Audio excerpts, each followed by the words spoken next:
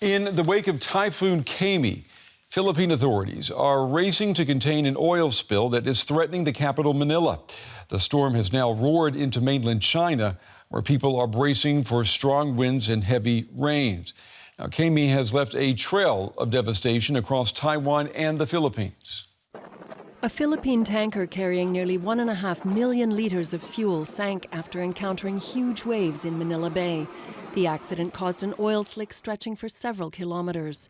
The Philippine Coast Guard launched an operation to contain the spill, with floating barriers to stop any more fuel leaking and prevent a major environmental disaster close to the capital. Officials said they rescued all but one of the crew members in a risky nighttime operation. Meanwhile, Taiwan said 5 freighters were stranded off the island and one more had sunk. Search efforts were ongoing for its missing crew. Typhoon Gaemi has left a trail of destruction and several deaths across the Philippines and Taiwan. Torrential rains have caused severe flooding.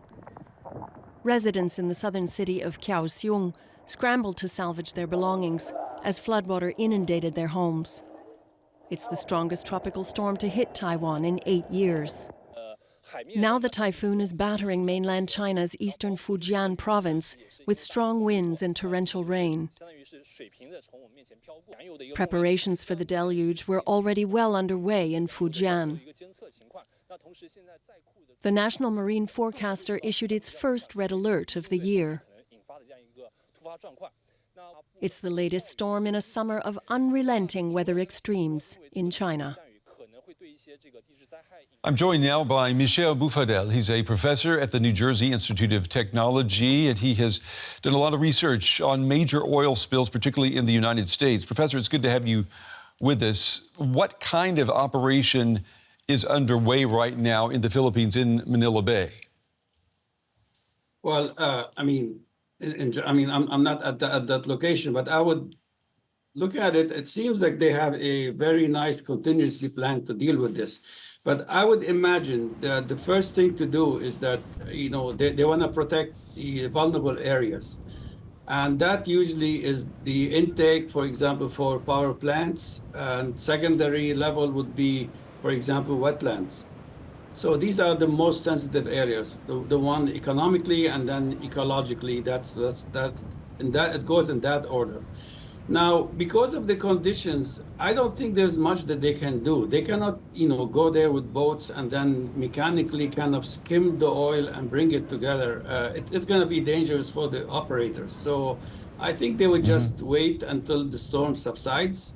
Now, what we know about that oil is that it's pretty thick oil. It is what they call bunker fuel oil. And essentially, it might not spread similar to other light oils, but the problem with it is that it can stick to everything. It's very sticky. When the thicker the oil, the more it sticks. And Professor, and then. I'm going to ask you about that. You're saying it will stick to everything. I understand that the tanker is carrying about 1.5 million liters of fuel. We don't know if all of that has leaked, but if the waters are still stormy, if you've got really bad conditions right now, does that actually end up helping the environment in the long run? Will it break up the fuel spill or the carpeted fuel? Will it break it up more quickly? Is that an advantage? It is in some way, it is an advantage, but this is happening in a bay, so it's not an open sea. If it is an open sea, you say yes, it is diluting it. In a bay, it might just get the oil to be out of your control, and then it might go to places where you don't want it to go. But usually you have this when there's the churning and there's the violence of the water. It mixes the oil. The problem there is that maybe, yes, it dilutes it in the bay, but it could also mix with sediments, and then it will sink to the bottom, and nothing happens until there's another major storm, and then it gets suspended and then released to the shorelines, or, as I mentioned, for example, the water intake for energy plants. These oil tankers, these are gigantic vessels.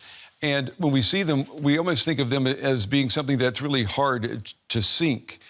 But doesn't this show us, though, that the hull of these tankers is a lot more fragile than maybe the layman thinks, particularly when you're dealing with terrible storms? Yeah, I mean, in this particular case, it is really surprising, especially it is in Manila Bay. It's not in totally open sea. So I think the structural integrity is something that people would look after and see why would something like that happen.